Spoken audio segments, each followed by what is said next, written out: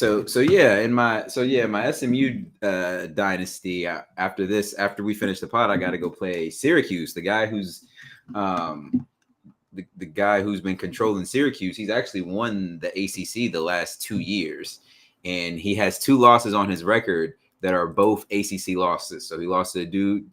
So the big loss was his loss to Georgia Tech 2 weeks ago, because the dude who was controlling Georgia Tech was not supposed to beat him. And then he also played the guy who has ODU, who, believe it or not, ODU is now in the ACC because ODU is a defending national champion. The dude who had ODU. That's not surprising at all. So he played the guy who had ODU, lost. And so really after that, he's supposed to not lose another conference game until then, including versus me. So that way he'd set the rematch in Charlotte for the ACC championship. Right, sort of like what Bama's going to have to do after this Vanderbilt thing. We'll talk about it later. Right, but he plays Georgia Tech and loses at home. Oof. So now he has two conference losses. I have 2 total losses. My only 2 losses are the Texas Tech game, which I told you I was using the wrong QB, lost by 4 on the last play of the game, right. And then that Texas loss where Buddy just drug me through the mud. But I've been undefeated in conference play. Okay, so you are now contending for the ACC crown. Yeah. Okay. So and we got a dude who has Notre Dame who's in the ACC too. Why did he pick Notre Dame? No, listen, between me and you, we get this about the league. He shouldn't have been let in. As soon as he said, I want Notre Dame. No, he originally had South Carolina, then abused Nick Harbor and his unbelievable stats and jumping ability. And then from there, got the offer at Notre Dame and went there. Don't worry. You ever not want to deal with the break? You ever not want to deal with like the breakup by like replacing someone and just silently creating something else and just icing whatever Buddy was? So he just thinks everyone just left it. Yes. I think that's what's going to happen. So. Okay. Anyway, so after this game, so essentially SMU versus Syracuse is a big game in the ACC because it's kind of a de facto playoff game. Yeah. I'm ranked like 11th. He's ranked like 8th or something like that. Maybe it's flipped. So, I mean, if he has 3 conference losses, that's wrap. Like you're not going to the ACC championship game. Yeah, I know. Versus me. Now, I will say this: with a loss, I still think if I went out, I still have a chance to make the the college football playoff. I say this because I made the playoff last year with a 9-3 record. Okay, because it's 12 teams, right? Yeah, so you got to add our bid. Okay, yeah. So, and here's the thing: I've went 9-3 my first 2 years at SMU. So if I go 9-3 again, 27-9 in 3 seasons, I feel like a good team's either going to come calling, or I can keep building in SMU because I think I'm starting to figure it out. I think you know what you should do? You should accept the challenge and go to UVA. No. Listen, my goal, the job I really want is the Clemson job. If I don't get that one, then I'm gonna try to find one in the SEC. But I will say, out of all my dynasty leagues, the original SMU team was my favorite one to play with, but my new low-key favorite, Liberty. Oh, really? They got you hooked in Lynchburg? I've only been to Liberty for track meets. Mm-hmm. But anyway, so I remember I told you I don't know if I told you, but I joined like this startup league. Well, I kind of started it, but so I started the startup league where everyone's basically taking like, Texas State, East Carolina, not the mid-major schools, smaller conference schools. My original school was Memphis, the University of Memphis. And honestly, that team actually overperformed, ended up winning the conference. Like, here's the thing: the guy that I beat in the conference championship, we played earlier that season, and he drugged me through the mud. It was a lot to a little. Then we met again in the conference championship game. Same QBs, same teams, exact opposite results. I was just running all over him. So I ended up getting a really good bowl. I think I beat Clemson in that bowl game. Okay. And then after that season, I was planning on staying. I just looked at the roster. There were so many seniors on that team that I said, all right, I'm going to graduate with my team. So I took my talents to Liberty because I saw that they had a really, really fast QB, 92 overall, Caden Salter. Easy decision. All you So, gotta do is go to church every once in a while. then I brought in 2 transfer running backs, bruh.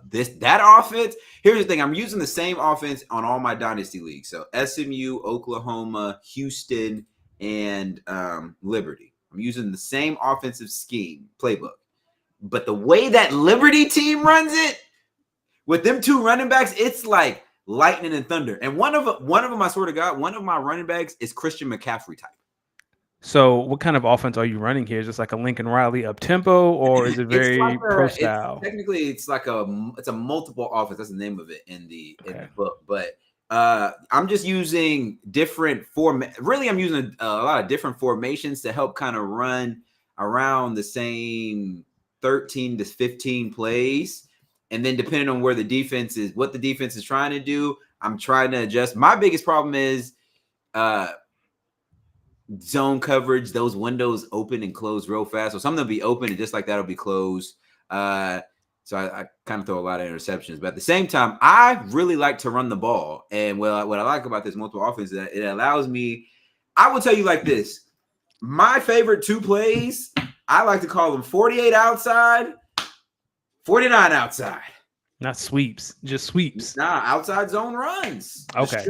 2 outside zone runs. Brother, when I tell you I'm going to run that probably like 10 to 15 times a game, because I'm going to get like a 40-yard run at least once or twice. Sometimes I'm going to break it off. And with this Liberty team, I got 2 fast but elusive backs. Thunder and lightning, brother. Thunder and lightning. Thunder and lightning. You just run an outside zone. All right, Kyle Shanahan. Listen, I use that, and what I do is I try to bludgeon you first with the run, because I got to see if you can really stop. If you can't stop the run, this is going to be a very annoying game for you, because I'm just going to keep running it. Different formations too. Single back, pistol, gun, wildcat, wishbone. I'm going to find a way to run. Ain't no way the wishbone is a formation. Say what? Is the wishbone is a formation NCAA? Yeah, depending on the playbook. Shut up. They got the wing tee. Y'all here running the wing tee? Not the wing tee, but if I get listen, don't let me get a few scrambling QBs with the fullbacks. I got a few listen. The Oklahoma team ran it pretty well too. Okay. I just don't like their QB, Jackson Arnold, bro. How you doing, my brother? Oh, I'm great. Life is good. No complaints. No complaints. Ladies and gentlemen, welcome to episode 160 of Speak On It. Shout out Kyle. Shout out Keely. Shout out Bam. I see y'all already in the chat. My name is Losty. Make sure you already know when you see this Nas fade who it is. Of course, every Tuesday, I am joined by the smoothest bald head on the East Coast, Mr. Danny Ocean. He says he's living good. He says he's doing good. Danny, you doing great, right? Yeah. Listen, feels like a lot happened. Something big happened this morning in sports. I didn't even have to write it on the docket because I knew we was going to talk about it. Let's start off top of the line. Listen, while we get ready to start talking about Robert Saleh and his firing from the Jets, Keely, Bam, anyone who happens to be watching, if you have any fantasy sit questions, put them in the chat. Danny and I will answer them as we go. But let's start off right in the NFL.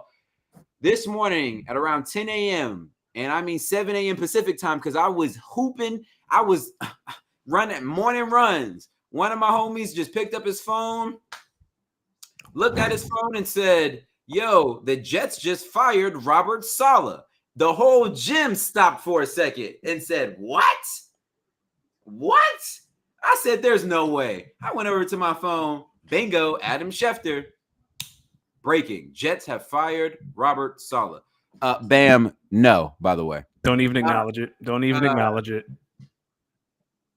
Danny, they fired this man. He had no idea. He just was coming into work on a normal, getting ready to get the game plan going for Buffalo on Monday. Woody Johnson said, here, Mr. Saleh, come here. Let me holler at you real quick. Let me holler at your mom real quick. Yeah, your services are no longer required. Do you remember how Jay Gruden got fired from the Commanders? Let's talk about it. So when Jay Gruden got fired, Jay Gruden drove to the facility, 5 a.m. And same thing. Dan Snyder was like, hey, dog, why are you here? You're fired. And made him drive home in morning traffic. This feels kind of like the same vibe. So I was at New Hire, like I host orientation for our company, and today was that day. So I was busy, and I looked down, and like the phone is just bzz, bzz, bzz. And I almost stopped orientation because there are some dudes in there who are some football fans. Yo, they fired Robert Saleh. But I almost stopped. You hit him with it. Sorry, y'all. I'm just looking at my phone. The Jets have just fired Robert Saleh. Okay, anyway, back to slide 2 right here. Yeah, like fuck these health benefits, man. Let's talk about Jets firing Robert Saleh real quick. I don't know, man. It's just I'll ask you your initial thoughts on this. I have a lot of thoughts on this and the insanity that's going on in New York. Robert Saleh's Muslim? He is. Woody Johnson's a proud Jew supporter of the Jewish people. He's a proud supporter of the Jewish people, right? Yes, I believe so. Didn't Robert Saleh have a patch with Lebanon on it recently? He did.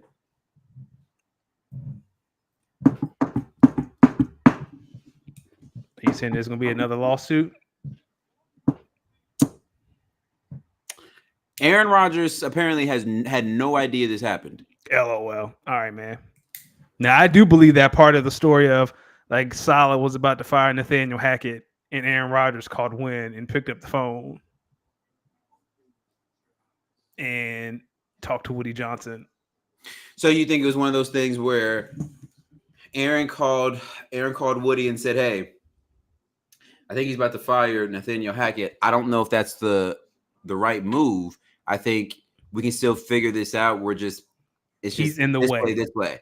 Not even he's in the way. It's like we're just a misplay here, misplay there. I don't know if the blame is fully on Nathaniel, right? Like I think it's more of an execution thing. And Woody was maybe like okay, I'll have a chat with him. And maybe he chatted with Robert Saleh, and he was like, "Hey man, I don't know. We don't know if let's not fight. Let's give him some time." And Robert Saleh was like, "You're not going to tell me how to run the team. I'm going to do what I'm going to do. And our offense hasn't been producing. We got to revamp this team." And Woody was like, "We're not. That's what we're not going to do. And if we're going to make a change, it's going to start with you before the OC." If you go ahead, I was saying and we talked about this last week with the Eagles and Nick Sirianni. If you're going to fire your coach 5 weeks into the season, you should have fired him last year. Like if the margin of error is that slim, you should have just canned him last year. It doesn't make any sense. What does it solve? What does it? It's week 5. Like everything is still on the table. You're not eliminated from the playoffs.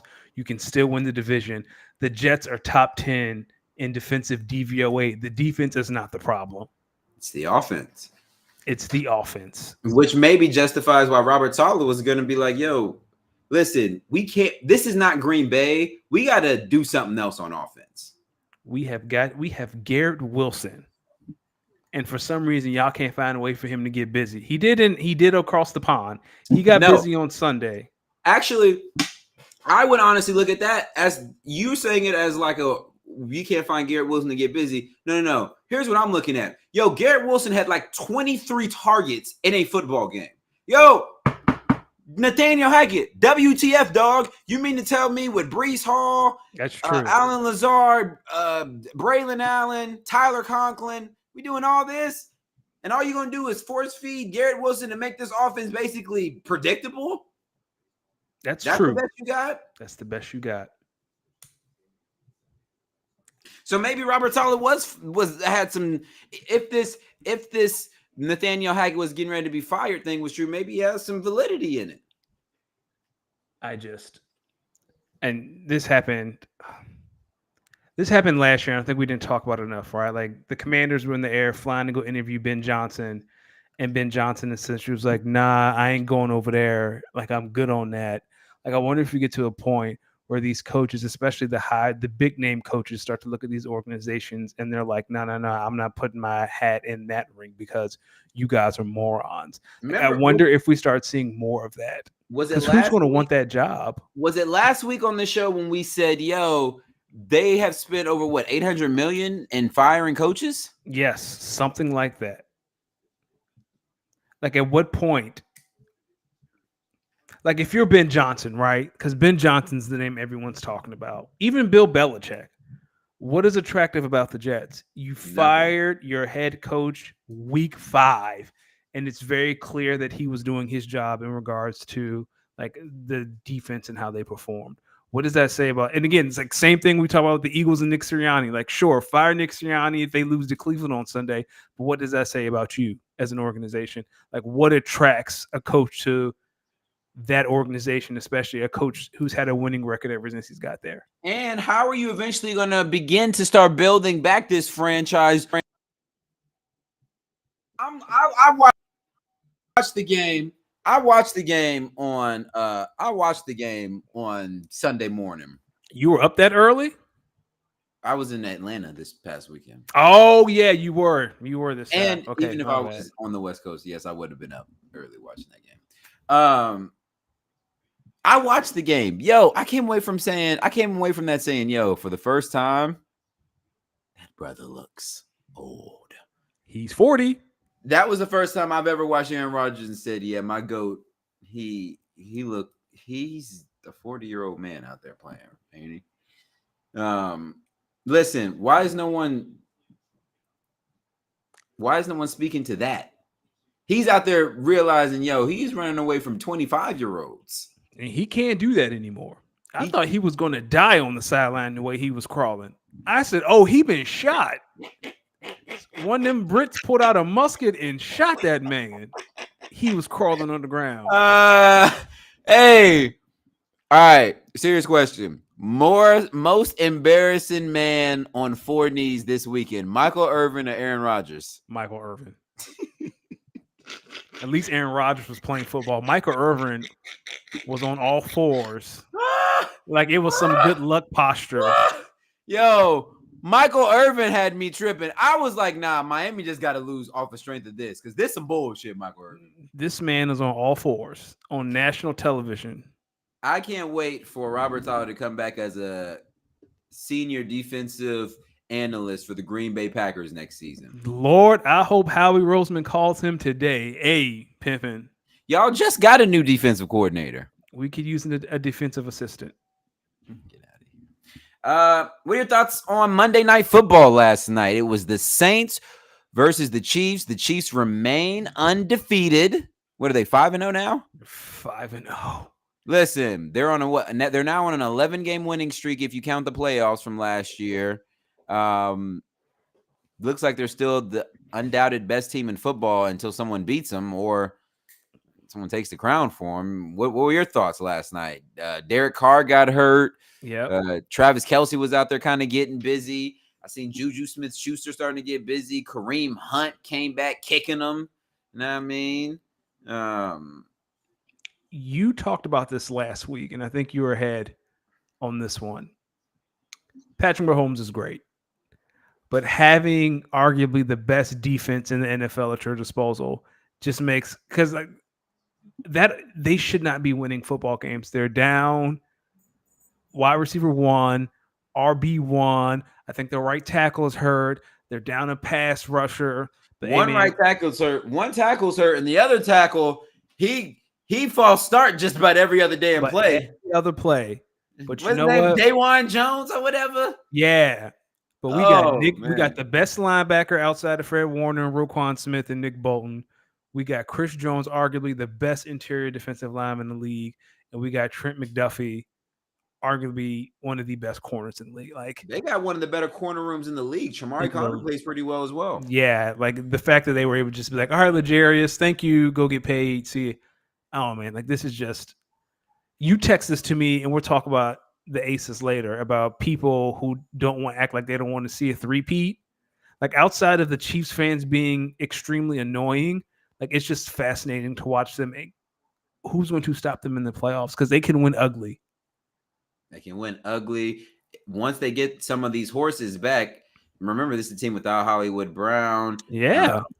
Xavier Worthy's done. Not Xavier Worthy. Rasheed Rice is done for the year. Yeah, officially. Rasheed Rice is done for the year, but they should get Pacheco back sometime this season, maybe. Hollywood Brown will be back. You see how they're using Kareem Hunt. They got Samaje Perine, Xavier Worthy.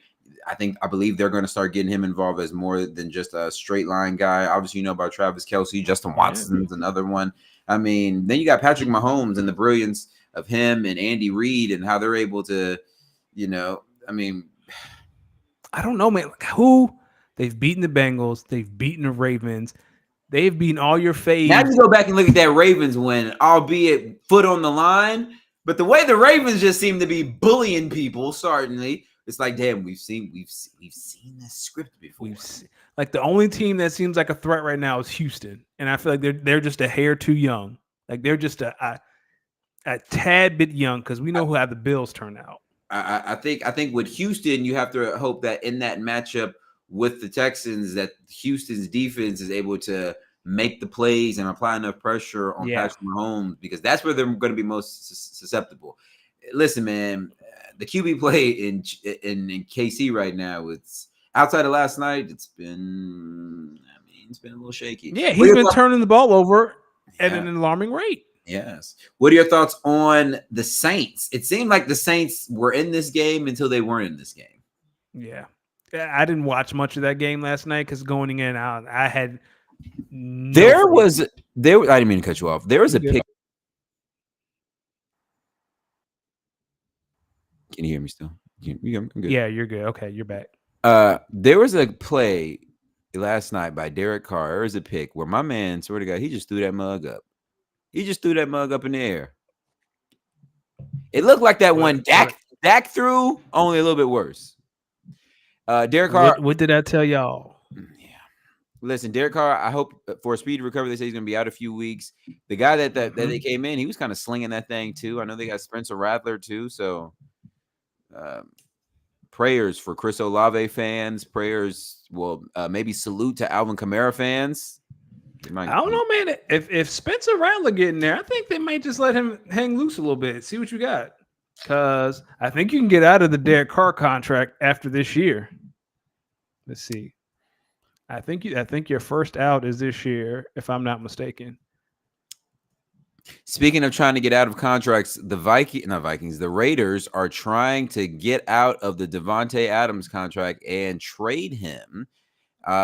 Speaking of the Saints and the Jets, who we talking about, both of which are on Devontae Adams' wish list, do you think that's still a thing? He also tweeted something Edgar Allan Poe related, indicating maybe he might become a Raven. Well, the Jets are off the list. I don't know if I want to go to New York and all that turmoil. Do the Ravens have the assets to give up Devontae Adams? And B, do they want to give up those assets for Devontae Adams? I think this team, it's very clear this is a run first team with Derrick Henry and Lamar Jackson, Zay Flowers. There aren't a lot of targets to go around. Zay Flowers seems to be a favorite. Even Mark Andrews falls. If you're Devontae Adams, is that what you want? You're not going to get a lot of targets. I'm not saying Lamar Jackson can't throw the ball because he can, but that offense is going to be Derrick Henry, 25 touches a game, and we'll go from there. Listen, maybe the Raiders just need to trade him back to the Packers. Would you want the Packers to give up some of that potential young receiving core for Devontae Adams back? Because I wouldn't. Romeo Doubs in the second round pick. Y'all are like the youngest team in the league. Like, just grow together. True. I'm not. Listen, I'm just throwing bullshit out there. I hope we don't got that. Here's what I would. I hope you got it. Here's what I would say. My bad. Go for it. I don't think we should trade for him. I think Devontae Adams may be in Las Vegas a little bit longer than he anticipates. Agreed.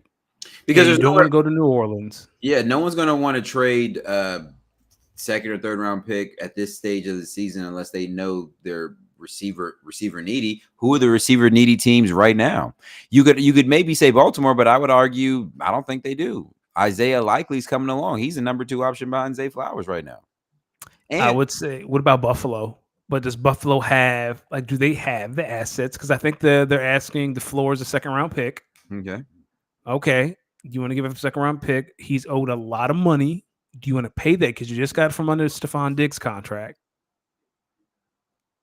Do you want to go through that again? Potentially, because we don't know how Devontae and Josh Allen would get along, but it seemed very clear, especially after the Bills Texas game Sunday, that somewhere something happened between Josh and Stephon Diggs where that relationship went south. You think so? I mean, you see the memes of Stephon Diggs. Like, yeah, you see it. I don't know what happened. Stephon Diggs, you a wild boy. I heard about you in the news this week. Is that what we doing now? I mean, you have done the same thing. Excuse me? Wait a minute. Wait, hold on. Wait. Time out on the play. Excuse me? What are you trying to say? Are you putting your guilt on me, Ricky Bobby?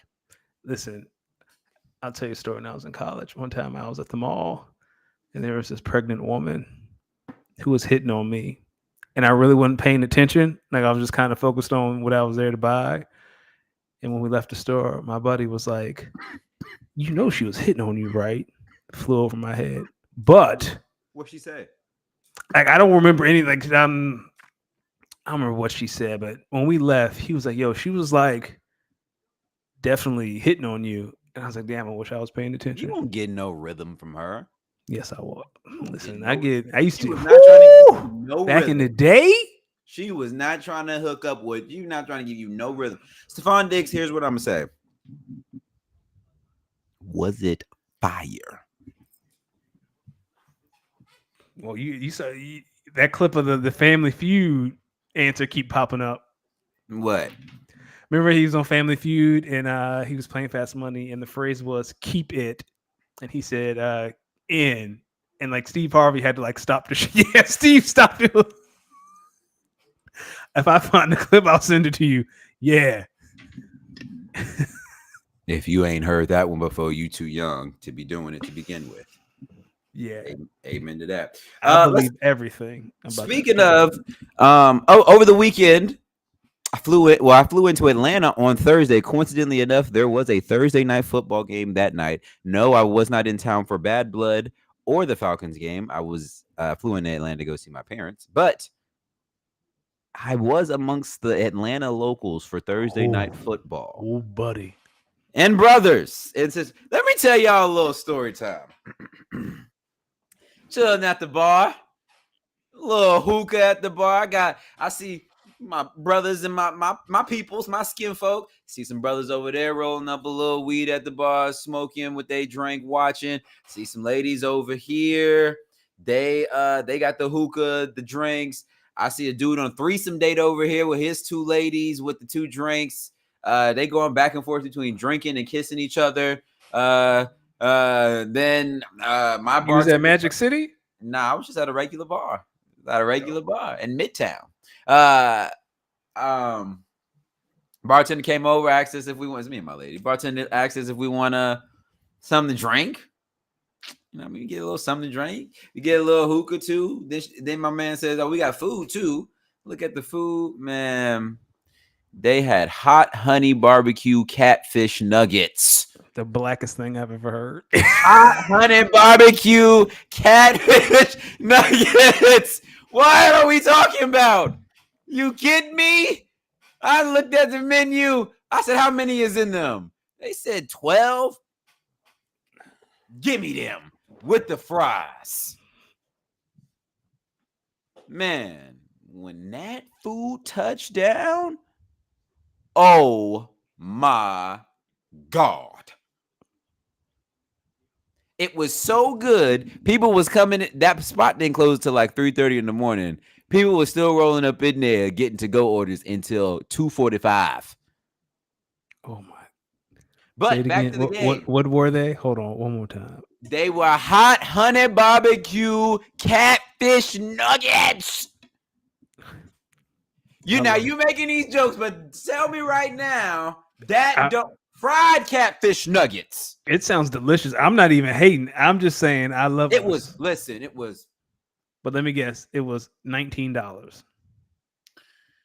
No, the food was actually it was around $19 total. It was good, and that's decently priced food for the nuggets and the fries, or just the nuggets. The nuggets and fries, yeah. Okay, yeah, that's yeah. Yeah. Here's what I will say though. Now, before the food and the hookah come out, we just drinking and watching the Falcons and the Bucks. And Captain Kirk was cooking. Baker Mayfield, Mike Evans, and them boys was cooking. It was a great game. It was back. It was forth. It was back, and it was forth. Then it gets to about 1:30 left. Tampa Bay's up. They have the ball. They go 3-0. The Falcons get the ball back. Now, before the Falcons get the ball back, the guy who was working security next door at the food spot I was at has made his way into our bar. And he's a big Atlanta Falcons fan. How do I know? Hair, red and black beads. He's got the Atlanta Falcons hoodie, black pants, bread 13s. Working security. Working security. I mean, he had the jacket. The jacket was Atlanta Falcons. His shirt was like security. Okay. Black pants, bread 13s. Right. He come in. Hey, dirty bird time. It's dirty bird time. Hey, it's dirty bird. Hey, for every pause, you got to put in the word that you think or you know that he's saying. Think about this, Atlanta. So this is not a pause. This is an expletive. Yes. And you know that expletive. So it's dirty bird. Dirty bird. Yeah. Fuck the Bucks. Dirty bird. And I was like, you know what? I'd like to stay and watch. I'd like to stay and watch the rest of this game with this young man. I'd love to stay and watch the rest of this game with this young man. Let me tell you something. Captain Kirk gets the cooking down the field whole time. Yeah, Falcons gonna win this hoe. Falcons gonna win this hoe. And I'm like, hey, was this Young Jeezy? Because this sounds like Jeezy. Nah, this ain't Young Jeezy. And I'm just sitting there like, man, Kirk is gonna have to drive down the field. That's a tough ass, man. And he starts just cooking and cooking. He's still going. And this entire time, I'm like, you know, my man over here might have a point. The Falcons might fuck around and win this. They kick the field goal. They're going in overtime. I said, oh, okay. The Bucks going to get this. They're going to go down there and score a touchdown. We out of here. Guess who wins the toss? The Falcons. The Falcons. Never in the history of that franchise has something worked their way. And guess what they did? They won the game. They won the game. Danny, so let me ask you something. Was this a big choke job by the Bucks, or have the Falcons found something?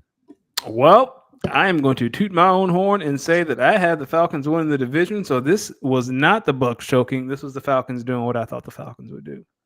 Kirk Cousins give you a certain floor, and that floor is good enough to win that division. I had the Falcons at 10-7. What did you have them at? I have to pull it up. Yeah, I had the Falcons at 10-7. And speaking of which, while we look on that, ladies and gentlemen, I want to remind you of my NFL previews that I had for the season. So let me tell you where I'm at right now. So if we actually, can you pull up the standings too of the NFL standings? Yeah, I got you. Let's start with the AFC South. So I had the Titans being 5-12. Might be accurate. Colts 9-8. QB troubles. JT's a little nicked up. Might still be accurate. The Jags 11-6. Boy, was I wrong. Was I wrong? The Jags look so bad, but they got their first win. Shout out to the Jags. Shout out to Jags. Texans 11-6. Could still be on to something. You're on pace for that because they're 4-1. NFC South. I had the Falcons 10-7, Bucks 9-8, Saints 9-8, Panthers 8-11. Yep, you're still on path for that. The Panthers might be worse. Panthers have one win right now. Yeah, you said 8-11. Mm-hmm. For the Panthers? Yeah. Yeah, I'm taking under on that. I'll say 5 wins. Give me another division. Let's go to the AFC North. AFC North, D. Mixtradamus said the Ravens would be 14-3. The Steelers would be 11-6. Whew. Browns would be 12-5. Boy, was I wrong. The Bengals being 10-7, boy, was I wrong. Steelers have a chance, maybe. Baltimore, I'm going to get that one wrong. I'm going to get that one wrong for sure. NFC North, I don't know. Well, actually, yes, I was wrong here. I had Minnesota going 6-11. They're already 5-0. Chicago at 9-8. I'm going to take the under on that one. Detroit 10-7. That one might hit. And Green Bay at 10-7. That one might hit. That one might hit too. NFC West, Rams 10-7. I don't see that one playing through. Cardinals 10-7, Seahawks 7-10, 49ers 11-6.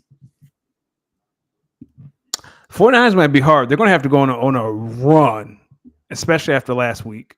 Yeah, because their schedule might intensify. We'll talk about it soon. AFC West, did I say that one? Chiefs 13-4, Chargers 9-8, Raiders 6-11, Broncos 10-7. That Broncos one. Let me tell y'all something. What is the best thing you can give a rookie quarterback? Let's go back to the NFL real quick. What's one of the best things you can give a rookie quarterback? A really good defense or a number one certified killer at the wide receiver position. And the Broncos have given Bo Nix one of the better defenses in the league. They go out there and beat the Raiders, I believe. Yeah, they beat the Raiders. Bo Nix is starting to get. Listen, they're starting to get something with Bo Nix. He getting a little busy, but I'm still not there yet. I do love the fact that he and Sean Payton were fighting on the sideline. That was. Here's what I'm gonna tell you something. That Chiefs versus Broncos game.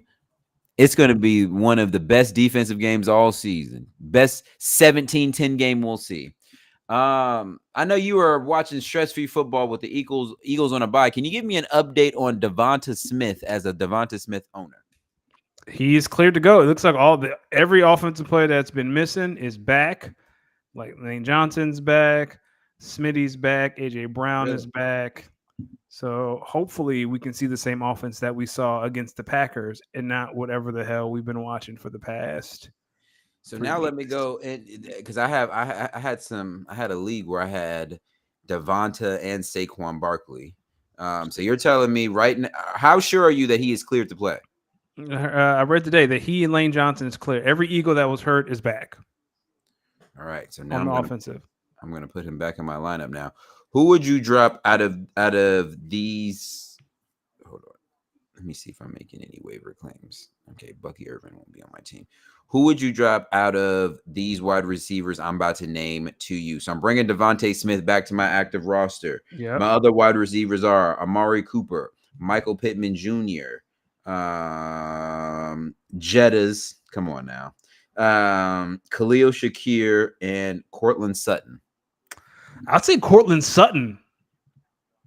You think based on the wide receivers that I have right now, Cortland Sutton's a number one wide receiver? See, I hate giving up number one wide receivers on their team because I know when plays get tough, that's who they're going to go to. But Cortland Sutton's been getting busy, right? He's getting a lot of the targets. Like Cortland Sutton, low key, is having a great season. Yeah, and Josh Allen's my QB. That's why I have Khalil Shakir. Yeah, but how often are we seeing Khalil get busy? You know what I mean? I mean, he's had 3 targets, 5 targets, 6 targets, 5 targets, 42 yards and a touchdown, 54 yards, 72 yards and a touchdown, 62 yards last week versus Baltimore. Now go do Cortland Sutton.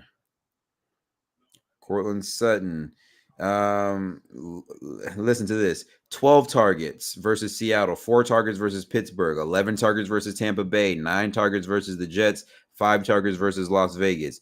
38 yards, 26 yards, 68 yards, 60 yards, and a touchdown. 32 yards last week versus Las Vegas. I guess for me, it's he's getting the volume. Like he's probably averaging close to double-digit targets a game. Mm-hmm. Now, I would love to know the average air yards for each target. Like, are these legit? Well, that offense, they're not trying to push the ball downfield with Bo Nix. Right. So is it Cortland Sutton, on a bubble screen, try to take to the house, or is it a quick dig route, a quick slant, for a first? Is like he's a possession. It sounds like is he being used like a Wes Welker? But he's also like their number one, so he's like the best one they have. So you can bank on him getting the first touchdown looks and all that. Yeah. I That's a good mean, question. I would say Cortland Sutton, but like I understand, like Khalil, like Shakir, if he hits, he gonna hit. yeah. And I have his QB too. But here's the thing. My other wide receivers are Amari Cooper, Michael Pittman Jr., and of course we also have to remember I have Justin Jefferson and I mean, Devontae Smith. That's who I'm elevating to make this decision. That's who. So someone has to get. Someone's just getting dropped off the pure fact that okay. there's a better wide receiver. Well, I would drop Shakir then. Khalil Shakir then. I think his boomer bust is just too volatile. Like there's going to be 1 week where he's going to have 7 catches, 100 yards, and maybe 2 touchdowns. But do you want to take that risk? Here's the other thing. Right now, I'm thinking about benching Amari Cooper, putting Michael Pittman junior in my wide receiver 2 spot, Devonta Smith as wide receiver 1, benching Amari Cooper versus the Eagles, not because I think y'all gonna stop him, but I got to see something from that Browns offense. Brother, tell me how the Commanders just straight up beat up on the Browns. Well, brother, I got some news for you. Deshaun Watson gonna get busy against the Eagles. You think so? Yeah, I can feel it. I can just feel it in my body. Pause. You're saying I should keep Deshaun Watson in my lineup. No, I'm saying you should keep Amari Cooper in your lineup.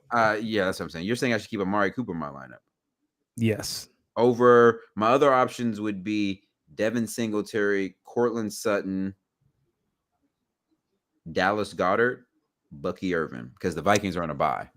Yeah, I don't know about. Think about Dallas is now that the other guys are back. Doesn't make sense. You know what I mean? Jake Ferguson, so I don't. Yeah, I have Jake Ferguson too as my tight end. Listen. Bam said Riley Moss on the Broncos is the first white corner to get an interception this century. That's hilarious. That is hilarious. Get this man out the chat. Jesus Christ. What QBs have gotten their game off versus Philly this season? All of them. Let me look at Philly. Legitimately all of them. Jordan Love got off for a little bit. Derek Carr didn't. Derek Carr struggled. Baker went off. And then week 2, Kirk Cousins kind of struggled, but he came through when it mattered. Baker Mayfield got his game off for sure. Yeah, Baker went off. Will Deshaun Watson do that? Let me see how many pass attempts he's taken. I mean, making a game. Because they're taking a lot. Let's look at last week versus the Commanders. Because that game was pretty close until like half. 15 of 28. How many targets? Let me just see how many targets Amari Cooper is getting a game. That might help me determine. Because is it like a? Because listen, 9 targets, 8 targets, 12 targets, 8 targets, 10 targets. Like he's getting the targets. It's just he ain't doing nothing with him. I mean, last week he was 10 targets, 60 yards, 4 receptions. 4 receptions, 35 yards the week before. 7 receptions, 86 yards, and 2 touchdowns the week before. And then before that was 2 ugly games. And after this game, he has Cincy and Baltimore. As someone who has watched this Eagles team, I just got a feeling he getting busy. Deshaun finna get busy. Bam, I appreciate your confidence. Bam said Eagles defense is going to destroy the Browns. They were supposed to destroy the Bucks.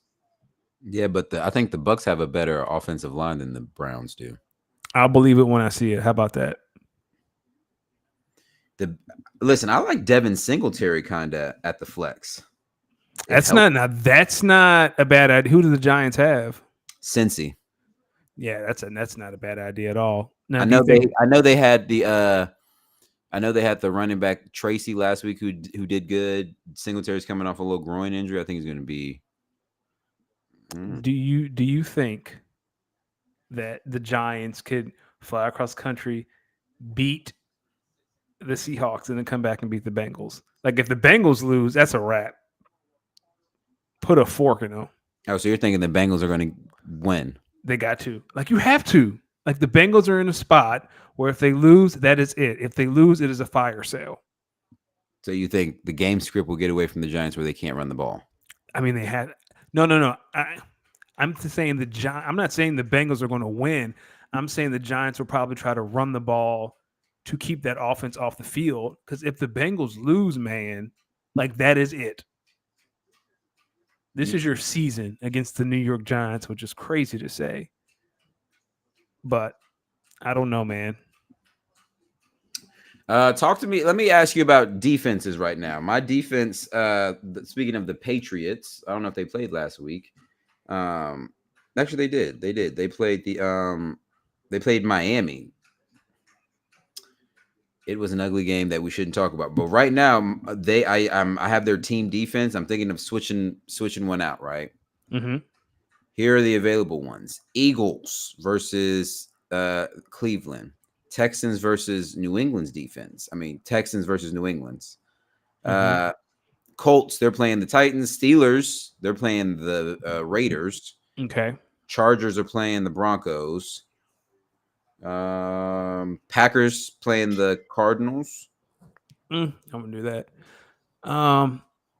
So I'm picking up the Eagles in a couple leagues too, which might be a terrible mistake. Now, what was the second one you said? I'm trying to stay away from New England because Drake May is now starting. There's nothing. There's no film on Drake May. There's nothing on Drake May. And who are they playing again? The Colts? Texans. The Texans? Well, D'Amico's just gonna. I'm not gonna say D'Amico's not going to blitz what he is, but the Texans have a good defense. Is it in New England or is it in Houston? It's probably New England. New England. That's interesting.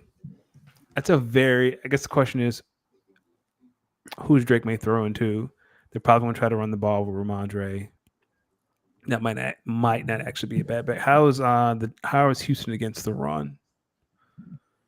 Let's see. Because I feel like they aren't that good against the run. They've given up 20 points in the last 2 games, 34 points in games before that. Yeah, so they're middle of the league. They're 17th in the league in rushing. They give 120 yards a game. So I have a feeling that is how they will be attacked if you are New England. So maybe that's not the worst idea ever. Steelers defense versus the Raiders. That, because it's Aiden O'Connell now, right? That's not a bad idea. That's not a bad idea at all. And then there's the Packers defense, but do you trust? I mean, McKinney's going to get a pick, so that might be worth the fourth squeeze. rated team defense out here. That might be worth the squeeze. High key. Actually, I'm going to put Devin Singletary as my RB2 because Aaron Jones is hurt and he might on a bye, which means I may just have to put Amari in at flex. Amari or Cortland Sutton or Trey Sermon if Jonathan Taylor can't play. I go with Amari. He's going to get the target. Even no matter what, he's going to get the volume. Bam said the Chargers are fresh off a bye over the Broncos. Derwin James should be back because he was suspended for that Chiefs game. So he is back. So he's going to be there killing somebody. Why you got to say it like that, man? Hey, man, he got suspended because he be out here playing like they're wearing leather helmets. Hey, but the person who he hit said it wasn't a dirty hit, though. Yeah, that's what he's supposed to say. As someone who plays football, you don't complain. All right, so then, what are your thoughts on the Packers and their win versus the Rams for the first time since 1966? Last time they did that, the Bulls were a new team in the NBA. Like, desegregation had just happened. The Packers were one of my teams to go to the NFC Championship game, and I'm still standing by it. You think so? I think the Packers will be in the NFC Championship game. I have said that since before week one. I'm thinking about picking up Kirk Cousins in a league just because he's on the waiver wire. and I don't want someone else to pick him up. Yeah, that's called strategy. Listen, I watched the Packers game this weekend. We started off a little shaky, but when we got rolling, we got rolling. And Xavier McKinney, what a play, what a game, and what a steal of a fucking signing he was. Ladies and gentlemen, that's how you change a football team. You draft good players and you make impactful free agency signings. Shout out to the New York Giants. Because you don't need the best defense on earth. You just need a defense that shows up and makes plays when you need it. Bingo. Bam said the NFC Championship runs through Detroit, and that could very well be the case. But I think the Packers are going to be one of the teams in the NFC Championship game, whether it's in Detroit, Green Bay, San Francisco, Minnesota, maybe Philadelphia, maybe DC. It's gonna run through the frozen tundra of Green Bay. Question for you. I was having a good chat with some folks, and we were talking about stadiums in the NFL and how I mentioned what if the NFL mandated that most teams have to get a dome? Like which teams would be most hesitant towards it? And I was like, one team that I know for sure would be against it would be the Packers. Yeah, that's the whole point. They would be 1,000%. You take that away now, hey, January comes around, might be looking different if we get the home field advantage.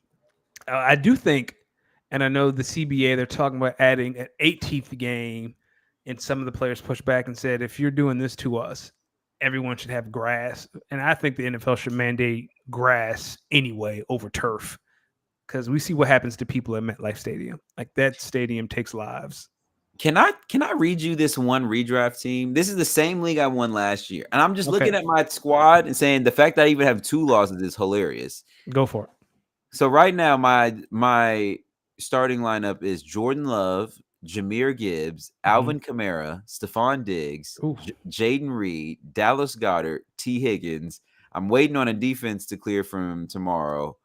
Chris Boswell is my kicker. But let me tell you about my bench. Justin Jefferson. Jesus. They're on the bye this week. That's right. Justin Fields, Christian Kirk, Colby Parkinson, Khalil Shakir, Chase Brown. This is a redraft league with 12 people. Well, Bam about to trade for Christian Kirk, so Bam's about to trade for, and I'm about to pick up. I'm about to drop Christian Kirk, obviously, and pick up Kirk Cousins. Pick up a defense. I'm just trying to hoard all the good players. That's strategy. But I'm just looking at my team like, yo, I'm looking at the power rankings. I need to look at the power rankings again. Yeah, the power rankings have me at second. Yeah. I won this league last year, and the power rankings have me projected to finish second right now. And where am I in the standings? I'm second. But I'm would it surprise you if I told you I'm leading the league in scoring in this league? No, it would not. Yeah, leading the league, 673 points through 5 weeks. Let's talk about the Bills and the Texans. Yes. So it was clear this game was going to overtime until it didn't go to overtime. 2020, all you got to do is run the ball twice, get them to call their timeouts, punt it. They were going to run it, call a timeout, go in overtime. Yep. Sean McDermott decides to throw it 3 straight times. Not only throw it 3 times, but not high percentage throws. Like, he throwing bombs. He too close to Al Qaeda. He throwing bombs.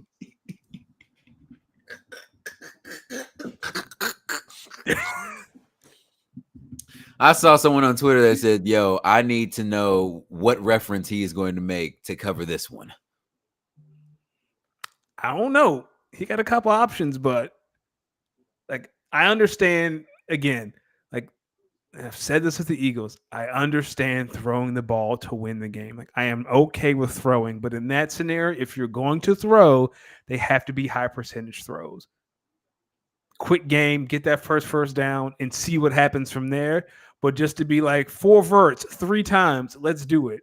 Let's just do it. Yo, you run straight. Josh, you have an arm. Yeah, he was like, "You run straight. You run that way." Then You run a post. Then I'm looking at it, I'm like, yo, you're just gonna give the ball back to a team that's with a kicker that's been just kicking 50-yard field goals with ease all season? In a dome, no less. Yeah, in a dome. There's no one to even take this thing off. Just pure dome. But yes. What Clock other management. what other teams do you think would be hesitant against a dome? I really think it's just, I would say New York. I would say the Packers. What do you mean, New York, like the Giants and the Yeah, Jets? because there's the All you gotta do crosswinds is at MetLife. Yeah, like that's apparently an advantage for the home team. The there's what? wins, they call the crosswinds, if I'm not mistaken. Um, I mean, it affects both teams, but I know that's an issue there in New York. Green Bay would be against it because the Bills are about to build a new stadium with a Wait, but I don't retractable. understand crosswinds. The win, I believe the win coming off the river is a little bit more intense in New York, and for some reason that's a thing. If I am not mistaken, but I could be mistaken. No, that's the same reason why the kick went wide right a couple weeks ago. Yeah. Versus the Broncos. Okay. So I guess it depends on what direction you're going in. What about Chicago? I think Chicago would be open to a dome, to be honest. I so? don't know if they would oppose it because the cold is not. Well, you're an NFC North fan, and Kyle is too if you're in here. Did the Bears hang their hat on that? Like Green Bay, the frozen tundra, like y'all hang y'all hat on that. I think if and when Chicago wants to get a Super Bowl pretty soon, they're gonna get a dome. They're gonna get a dome, which I think is how they're going to basically use that to entice owners and cities to build new stadiums. Who wants to go to Chicago for the Super Bowl, right? Like at some point you got to reckon. I mean, people went to Minnesota for the Eagles Super Bowl. Yeah, I was just going to say. So you don't want to go to Chi-Town? I would. I believe all these teams are in cities where you ideally would think a Super Bowl could be hosted, except Green Bay. Yeah, I just believe the Super Bowl should be in warm other cities. That's just a bias. I mean, when you look at where they've been played ever since that MetLife Stadium one, that was the one where they was like, "No, we're not doing this shit again. We're not doing this shit again." Yeah. Either you in a dome, or again, Minnesota's in a dome. It's either in a dome or in Florida or California, and then you got to sprinkle in Arizona and New Orleans because they'll always rotate there. As it should be, because it should be a reward to go to the Super Bowl. I shouldn't have to fly to where it's -3 degrees. That does not sound fun to me. Yeah, but it's also February, so in the Northern Hemisphere. Talk to me about your thoughts on Dak Prescott saying, "I'm him," basically, versus that was a really good game. It was a really good but stinky game. It's important to know that you can win ugly games. So if you're Dallas going on the road, arguably the best defense in the league, and pulling that out even after Dak's ugly turnovers, I know there's going to be the ineptitude of the Steelers offense and how far can Justin Fields really take you, which is a legit question. But if you're the Cowboys, again, not every game is going to be 35-15. Like there are going to be some ugly games that you have to win. They won an ugly game, and that's all that matters. Listen, that's why you get paid the bucks, Dallas. That's why you pay him the money. That's what the money is for. Right. Listen, when you go back, ladies and gentlemen, and you say Dak Prescott this, Dak Prescott that, I want everyone to know you can put Dak Prescott's regular season numbers up with with all 32 starting quarterbacks. He'll be right near the top. It's the post. So he's gonna be right at the top. He'll be right at the top. What are your thoughts about the Niners getting stunned by the Cardinals?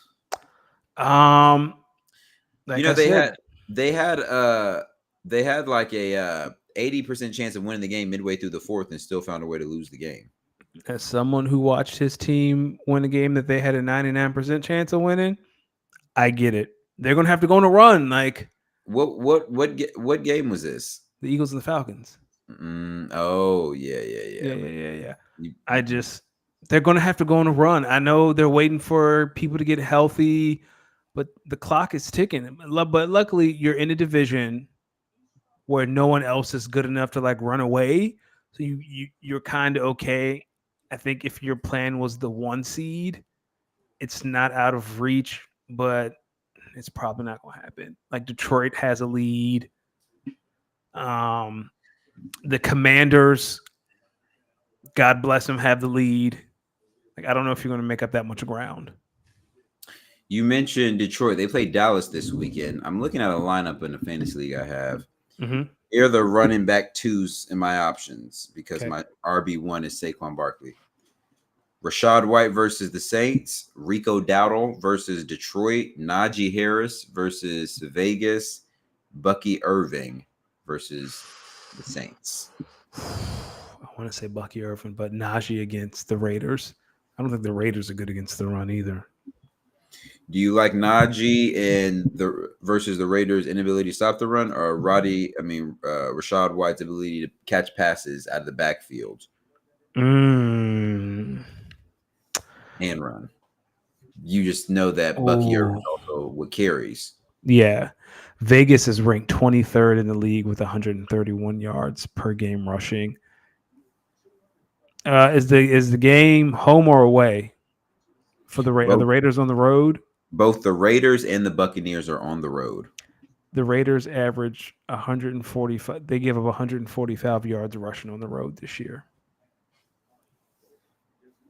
No. The Raiders are at home. Oh, okay. The Raiders are at home and the Saints are at home. So Rashad White and Najee Harris, let's just say, are on the road. Dallas is playing at home versus Detroit. And we saw last week Rico Dowdle. I'm not buying the Rico Dowdle just yet. So the Raiders average 100. Okay, here's my thing. If you can do it versus the Steelers, why can't you do it versus Detroit? That's true. I just need to see it more. Like, I need to see it before I start throwing him in my lineup. But I understand if you do. And the Raiders average, they gave up 111 yards rushing at home on average.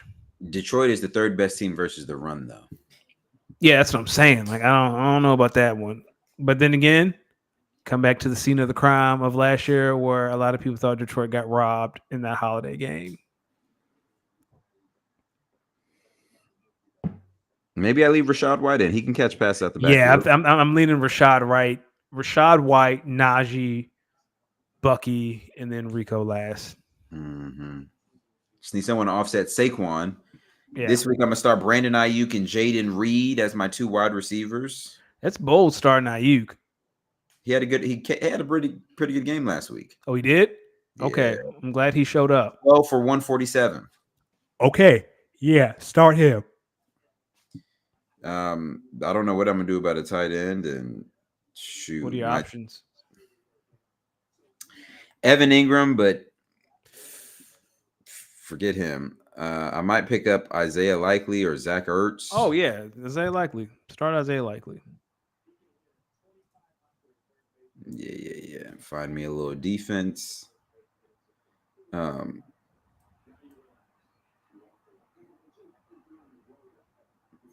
Eagles defense, Texans defense. Oh, I think we already asked this. All right. Talk to me about your fantasy teams. How'd they perform this week, my brother? Oh, it was a rough week. 1-2. Ronald Isley's tax returns. 0-2 since the Ronald Isley's tax returns. Well, I knew this week was going to be rough because half of my team was on a bye. Like Detroit was on a bye, Philly was on a bye, Tennessee is on a bye. Half my team was on a bye week. I really won't trip about this week. We back. Devontae's healthy. Like, my team is starting to get healthy right now. Have some good options. Like, I feel okay. And if anything happens, I have the assets to go get what I need. What do you need? Because you need something, brother. We told you your team is fool's gold. Like I said in the chat, whole lot of chatter from people who ain't never sniffed a championship in this motherfucking league talking to me. Whole lot of pitter patter for cats that ain't even been to the championship game talking to me. Man, you listen to me. But your reign at the top was short like leprechauns. I've been to the top. You ain't even seen it. Your reign at the top was short like leprechauns. My head's been in the clouds, baby. You can't even get off the ground. Let me tell you something. The Las Vegas Horned Ducks are losers. Come playoff time, we are probably going to be at home. I didn't have my horses last week. Malik Neighbors was out. I ain't had my horses last week. What you talking about? Your horses don't. Your horses are ponies. All right. You ain't got no value. I'm going to be unbearable if I win the league this year. I'm coming for all y'all. You gotta beat Bam first. Consider it done. Oh shit! Bam said he can't wait to take you down. Pause. He said no pause. That's what Bam said, not me. Well, hold on. Let's look at this matchup between Bam. Because Bam low key has a good roster. Or he had Lamar, he got Najee, he got Alvin, Stephon. Those are his horses. Because ain't nobody else doing anything. Who do the Ravens play? Oh, Washington. I am looking forward to that game because I think the Commanders are fool's gold. But I can't say that because I'm a hater. What? They haven't beaten a team with a winning record. That's all I'm saying. Let's see how he look against Baltimore. When they play? Oh, they play this week? They play this week at home. Who cares? Because Baltimore and Washington are next door to each other. Hey, Jaden Daniels, you got to. It's time, young blood. You ain't. Yep. You got to ain't beat nobody winning a record all year. You face the Bucks, got throttled. You got to make sure you slide, brother. Yeah, slide, brother, slide. Yeah, that running ain't gonna work this week. Kyle Hamilton will kill you, and I'm not saying that metaphorically. He will literally kill you. Would you start the Colts defense? I feel like I got to take a chance on the Eagles defense versus the Browns. I am. I'm going to regret it, but I'm going to take a chance. I'm going to take a chance. Hey, you got to fight for your right to party. But yeah, my horses are healthy. I'm very interested to see how this looks against Bam. Don't get smoked by Bam now. Hey, if it happens, like I said, if I'm at a point where I think I need extra juice, I have what I need to go get it. Now, if you were me, would you start Jake Ferguson against the Lions or Tucker Kraft versus the Cardinals? That goes back to targets. Who's getting these targets? Tucker Kraft last week. I don't know if you heard. 5 targets, 88 yards, 2 touchdowns. He has a touchdown and 1 touchdown in his last 2 games. Okay. So he's being targeted. That says Christian Watson's out, right? Mm-hmm. Will Christian Watson be out this week? He's on IR. He is? Mm-hmm. Damn. I hope that opens up a roster spot over at Ronald Isley's tax returns. I might have to start Tucker Kraft. Yeah, I'm about to say. I feel like Detroit's going to be tough on the tight end, and CeeDee Lamb's going to get his game off after last week. Damn, Christian Watson always hurt. God damn, man. He the X factor over here at Ronald Isley's tax returns. Man, Ronald Isley's tax returns ain't doing nothing, man. All right. I'm going to be quiet because it's a long season. But let me tell you, if I win this league this year, you can huff and you can puff, but we know you ain't blowing nobody house down. With 2 out of 3. 2 out of 3 years, if I'm the champ, I get to name the league. Nah. Listen, Cletus, we don't think your team not all that. All right. I'm not saying they are. I'm saying when the dust settles come February, and if I'm on top, y'all going to feel my wrath. It's going to be like Austin at King of the Ring. No, brother. Speaking of dust settling, there was a lot of chaos dust in the college football world. Lord have mercy. Lord have mercy. It was the first chaotic week of the season before this week, which everyone had circled to be a big week in college football. Listen to this. Syracuse beats UNLV in a thriller 44-41 on Thursday. Vandy upsets number 1 Alabama for the first time. Arkansas beats number 4 Tennessee. Texas A&M beats number 9 Mizzou. Washington beats number 10 Michigan. Minnesota beats number 11 USC. SMU beats number 22 Louisville. And UVA beats Boston College and is fighting for an ACC appearance. ACC title game appearance. We know they're not winning nothing. 4-1. I can't wait for y'all to play Clemson. Do y'all have them on the schedule this year? I don't think so. This would be This would be the year y'all would get them on the schedule after being good. They do. They play Clemson in 2 weeks. I told you. I'm telling you. This means listen. I'm gonna watch that game just because you put this on the docket. I can't wait to watch Clemson do heinous things to your team. Okay, so here's the lineup: Louisville at home Saturday, then at Clemson, then North Carolina at home, then they go to Pitt, then they go to Notre Dame, then home versus SMU, and then in Blacksburg versus Tech. They can do it. Oh, they can do it. I believe. I'm hooked. I'm in. All you gotta do is win 2 to be bowl eligible, which is I think they about to punish y'all. All right. Yeah, they about to punish y'all. Say what you want. They ranked higher than Tech. Hey, in this league, this is another league I think I'm about to win in. So my QBs right now are Geno Smith, Patrick Mahomes, and Joe Burrow. I'm going to start Joe Burrow this week versus the Giants. You should. I got Jahmyr Gibbs and Kenneth Walker as running backs. Yep. Listen to these wide receivers because it's getting hard for me to pick who to start. CeeDee Lamb. Start. T. Higgins. Maybe. Stephon Diggs. Start. Jaden Reed. Oh. How much has Jaden Reed's uptick since Christian Watson's out? Brother, let me tell you something.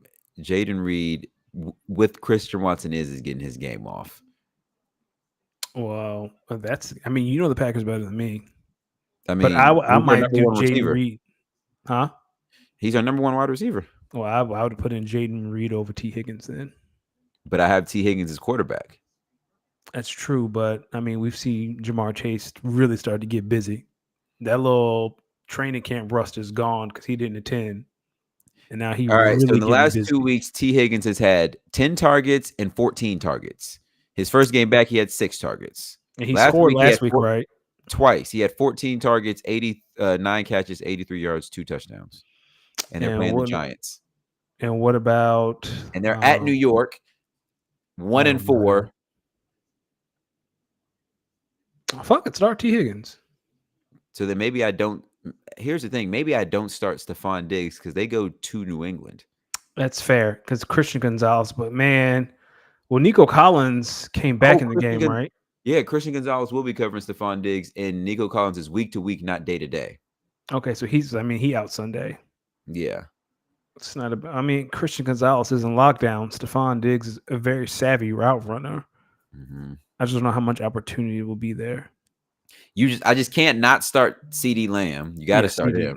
He can start him. Jaden Reed's the number one wide receiver on a team that's missing its fastest wide receiver. And so now it's just T. Higgins. It's T. Higgins or CD. It's T. Higgins or Stephon Diggs. I do T. Higgins. I'm keeping T. Higgins in. This is a really good team too. I think. Sound like it. Listen, I'm ranked. I'm tied for second in the league, and I have the second most scored points. And that's my highest league. That's my highest paying league too. 900 big ones. All right, getting back to college football. Bam says Vandy fans can march our goalpost through downtown through it in a river. Bro, what? Yes, I wanted to get your thoughts on that because they got fined for it, by the way. The AD's fined, the SEC fined them. But I just thought about that. I said, yo, so some can take a goalpost and just walk the streets and the police just get an escort? Yes. Yeah. I don't know why. Yes. You don't think that's funny? It is what I expected. Okay. I've never seen students rush the field so politely in my life. They were so kind to each other. They were unsure of what just happened. Yo, Bama, that's like Bama's first ever loss to Vanderbilt ever. Shout out to Nick Saban. Nick Saban said that's the easiest place to play. Speaking of which, let's look ahead to week 6 in college football. You know I love a good Friday night football action. This week we got number 16 Utah versus Arizona State. Who do you think? Utah. They're at home. I like the Sun Devils. Give me Arizona State. Really? Okay. Alabama, they fell from number 1, 6 spots. Now they are number 7. This week they play at home in Tuscaloosa versus the South Carolina Gamecocks. Who you got? Bama bouncing back or South Yeah, Carolina? I got Bama bounce. I think it's going to be a hard game, harder than most people think, but I think Bama wins. South Carolina played LSU tough, but I think it's going to be a revenge game after what happened last week. I think Alabama's going to be focused. I think we're going to get a really good Alabama team that we see on Saturday. Give me the Crimson Tide.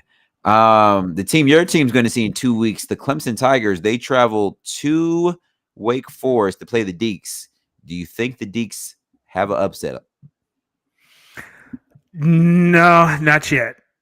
The Clemson upset special is coming. I just don't think it's this week. Mm-hmm.